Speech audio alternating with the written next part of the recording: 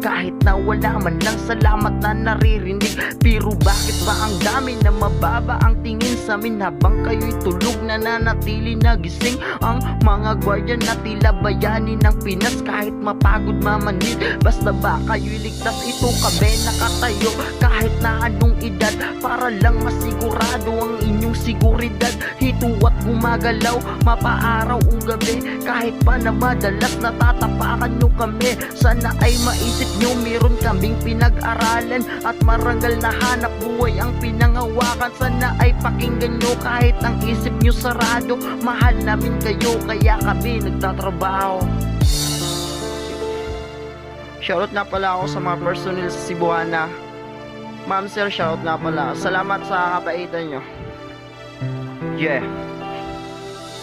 Salamat sa hanap buhay ko na to, ni Mrs. Security ang siyang